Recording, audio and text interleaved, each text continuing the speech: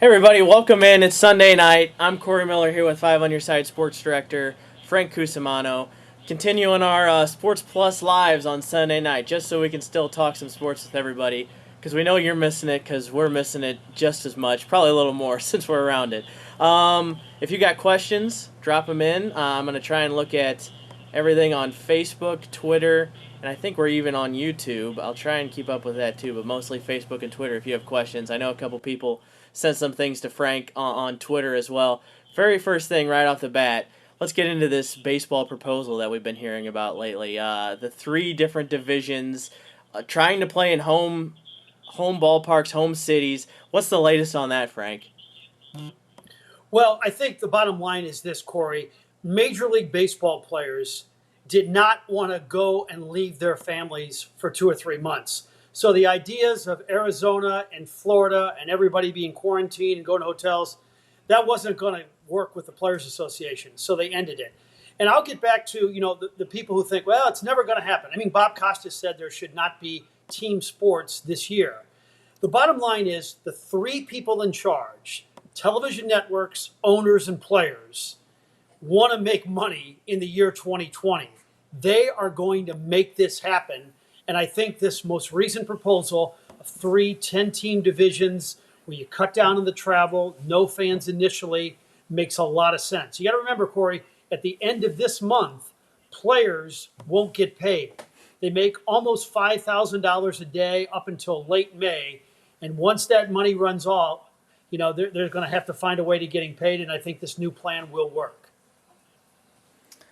I'm excited. I kind of like the idea. It's going to be weird, but this whole season's going to be weird anyway. So just kind of embrace it. And you'd have the Cardinals playing like the Tigers and the Indians and the Royals on a semi-regular basis with this setup, which I kind of like, honestly. And you're right, Corey. I'll tell you what, too, just from a selfish point of view, is you look at that Central Division, the American League Central, the National League Central. I think right now you'd have to say the Cardinals are the best team. Now, what this actually means, I'm not certain because it's not going to be like there's only going to be 3 division winners. I mean, I've talked to Bob Nightingale all week and Bill DeWitt and Paul DeYoung. I mean, they believe it's going to be more of like an NCAA tournament where a lot of teams get in. But in terms of caliber of competition, where you don't have to deal with the Yankees and the Dodgers on a regular basis, the Central Division is the division you want to be in. I've heard expanded maybe up to 20 teams in the playoffs, which I mean MLB wants as many teams in their playoffs as they can get. That was already kind of on the table. Not this level they're talking this year, but this would just be so different. And I know you talked to John Mozeliak. He said he doesn't think the decrease in the schedule or making this any different would take away from somebody being a champion. I agree with him there. Absolutely. I mean, if everybody knows it's a 100-game season or a 90-game season, and you have the opportunity to win a division, and then you play all those teams in the postseason, hey, in late October, you are the world champion. So it's going to be different, but I think it's going to be fun, and I think it's going to happen. Let's get to some questions here. Jason on Twitter asks if we've been watching the Albert Pujols stay on MLB Network. They actually had it. It's tomorrow, but they also had it on May 2nd, and I watched some of that. His back-to-back walk-offs against the Cubs in 2011. I mean, I'll probably tune in tomorrow. What do we think is his finest moment as a Cardinal? We touched on this on our podcast before. My favorite personal moment is his 3 home runs on Easter in 2006 when Busch Stadium wasn't completed yet, and he hit that walk-off against the Reds, I believe, into like the unfinished seats section. That's my favorite Pujols moment. Pretty good. The World Series game with 3 home runs is pretty great. The best single moment was Brad Lidge. I liked it when they had these Down syndrome days at Busch Stadium, and the one time, the first year, a little girl came up to him and said, "Will you hit a home run for me?" And he said, "Yeah, I will." And he hit one. Then the next year, that little girl and someone else came up to him and said, "Will you hit home runs for each of us?" And he says, "Okay." And he hit 2 home runs that day. So it's been amazing. It really has been.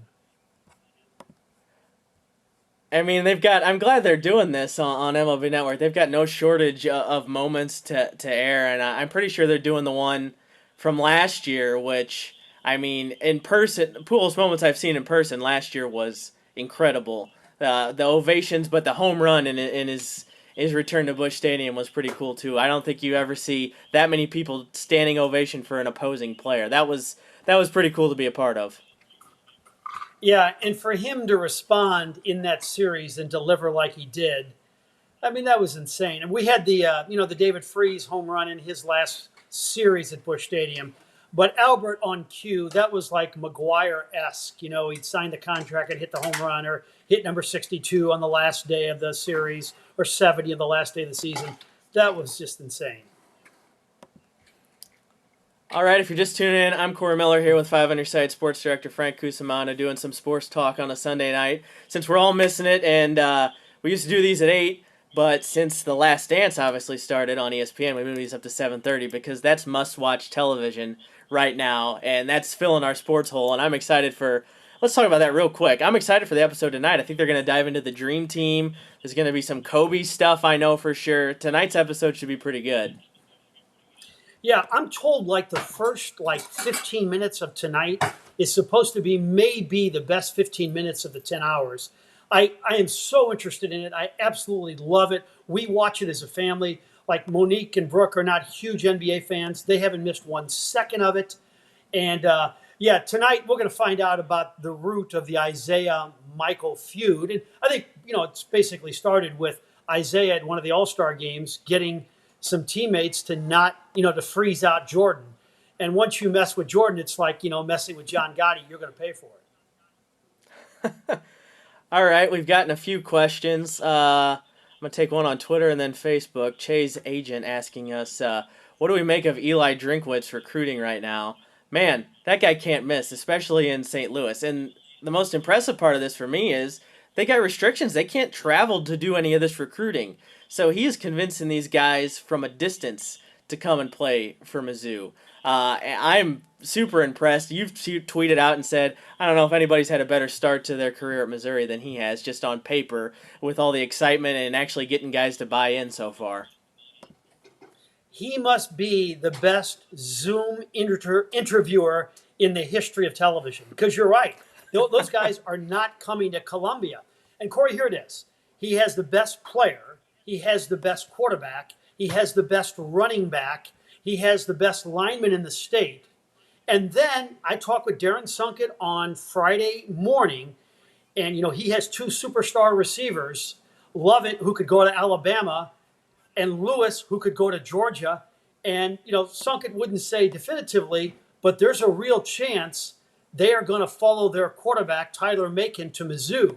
So you add those two with that running back from the Smet Butts, the quarterback, and then, of course, Travion Ford from Luther North. This is insane. I don't know how he's doing it. I talked to a good friend of his this week about it, and he said, he's really a young guy, and he can really relate to these young players. So this is great. I mean, as we speak, Mizzou's recruiting is 5th in the SEC. That statement has never been made before, I promise you. I think my biggest thing, he's getting these kids to do some of his recruiting for him from what I've seen. He got Chaminade quarterback Cook. He got Jay Macklin from Kirkwood to stay for this class, even after the coaching change.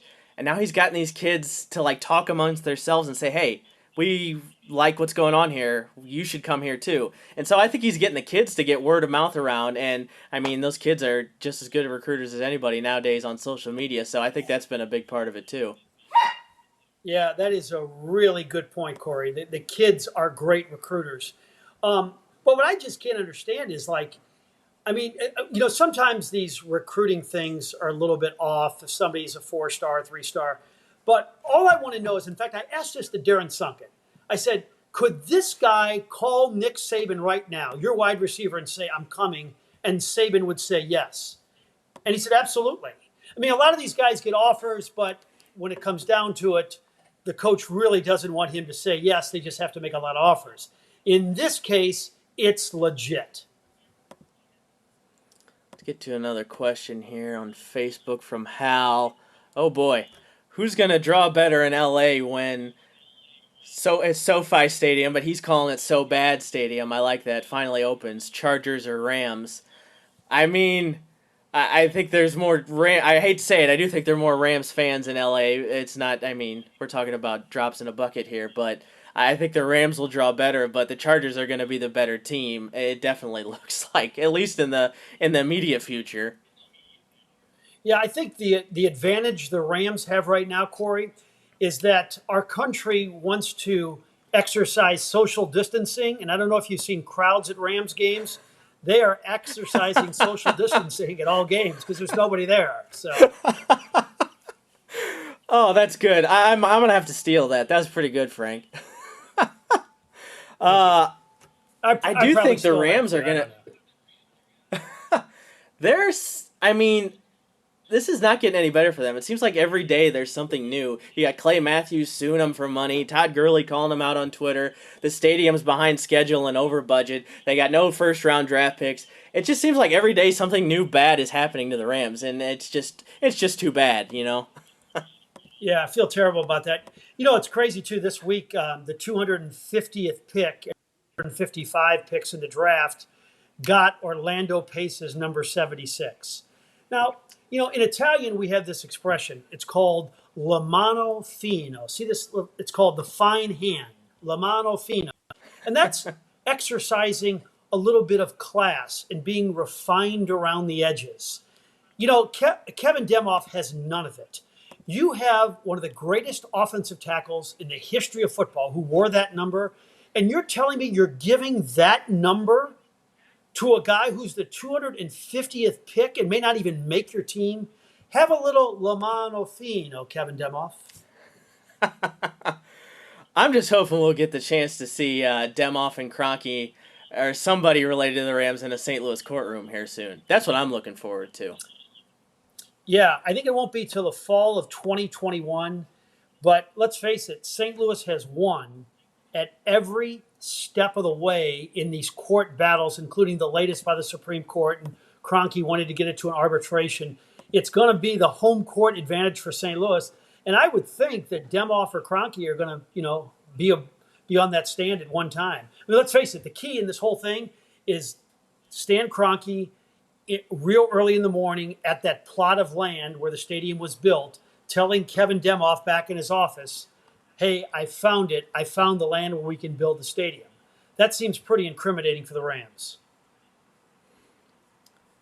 All right, actually, something just popped up here that goes back to our Pujols talk. ESPN literally just published a story a day or two ago about how Albert says he's not necessarily ready to retire when his contract runs out. And I was reading another article how this year really could impact him when it comes to numbers-wise, where he's going to fall on some all-time ranks if they don't play a full season or don't play a whole season at all. I don't know who's going to want to take him, though, unless it's just for pennies on the dollar for a DH slot or something. Yeah, I don't see it either. Yeah, the numbers are going to really be brutal on Albert these next couple of years because he's going to drop below 300 and he's never going to get there again. All right? He's right at 300 now. And when they play baseball this year and he hits 240, he's going below 300 and he'll never get there again. And also, he needed 2 full years to get to 700. And now he's going to have a half a season likely and then another season. He'd have to have another season after that to get to 700. So, despite a magnificent career and probably the best 11 years in Cardinal history, the statistics are going to be brutal on Albert at the end. Patrick saying his favorite Albert moment was the Brad Lidge bomb, of course. Remember watching that one at home. Let's see what else we got here. Let's talk Blues really quick, because they're wanting to get back as well. Our Ahmad Hicks did a story this past week. I think it was on Monday, how the NHL is looking for any and all options, and one of the things maybe being thrown around is how St. Louis could be a host city for a lot of games, and maybe a lot of different Stanley Cup playoffs games because of the infrastructure we have here now with the brand new facility out in Maryland Heights there. What do you think about that idea? Well, it could be wild. I mean, we'd go from a city which hasn't had hockey in 6 weeks to maybe a city that could have 3 NHL playoff games a day. And, I think Minnesota is one of the people that would be competing for us if they go like by division and they pick one city in each division. But I think we're more centrally located. We've proven we can handle Stanley Cup finals and all-star games and winter classics. We have as many practice facilities as anybody. In fact, you could make a case, for the new one, the Centene Community Ice Center being the best in all the National Hockey League. So I've been told, too, that it may not just be one city per division. They could have Minnesota house another division. So, the Blues people are very interested in this. They're working hard. They're putting great proposals together. It'd be great to see happen. I think St. Louis not being a huge metropolitan city might be a good thing here because just less people. They wouldn't probably want to have it in a place, obviously not New York right now, or a big a city with a lot of people. So that might work in our favor when sometimes people look down on us for not being as big a city as some other ones. But that might work out here, actually. It's a good point, Corey. And we also have relatively low COVID-19 numbers, and that's going to be a big selling point.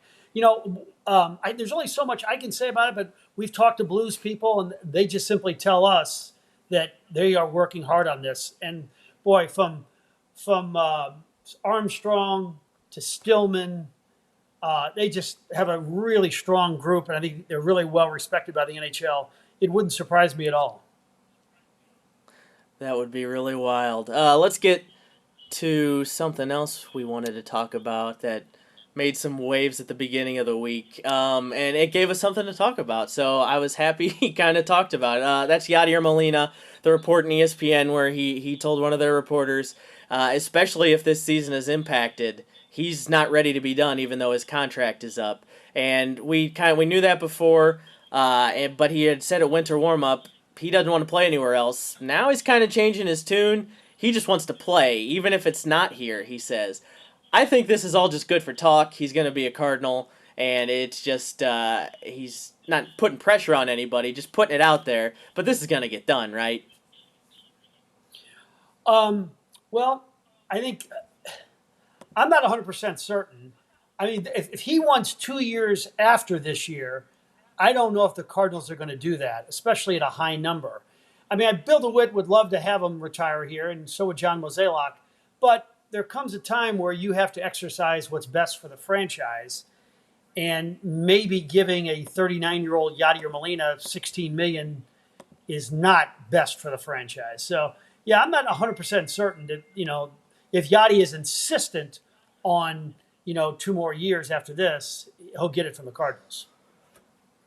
I don't think he can get any more money than he would get here, though, because he means more here than anywhere else. I don't think anybody else would pay him even close to what St. Louis would pay him. There might not be any market at all for him, to be honest, after this year. So I think he's eventually I think he's just putting this out there now, just for some talk and maybe to use as some ammunition with the Cardinals. But I'm gonna call Yadi's bluff here. I don't think he's playing for another team other than St. Louis. You should be right. Let's see what else we got here. What is your favorite part about The Last Dance been so far, Frank? I thought the Rodman stuff was fantastic last week. It was good, but I've read, you've seen the documentary about Rodman and you've read so much about him. The only really wild thing is that Michael Jordan had to go to his hotel room and Carmen Electra is hiding underneath the couch so he can get. That was tremendous. I also like Horace Grant's depiction of the Detroit Pistons when he called them straight up bees. Oh my goodness! Yeah. And I got to tell you something. We're going to have tomorrow night at 10:00. We're going to have the Steve Stepanovich story, and Steve actually played against Jordan in college, played against him in the NBA. And as you brought up the Pistons, you can be 50-50 on Isaiah Thomas, and he's the greatest little man to ever play the game. But the only person that ever really liked Bill Laimbeer was his wife and his father, and I'm not certain both of them liked him either. All right? He's the worst guy there is.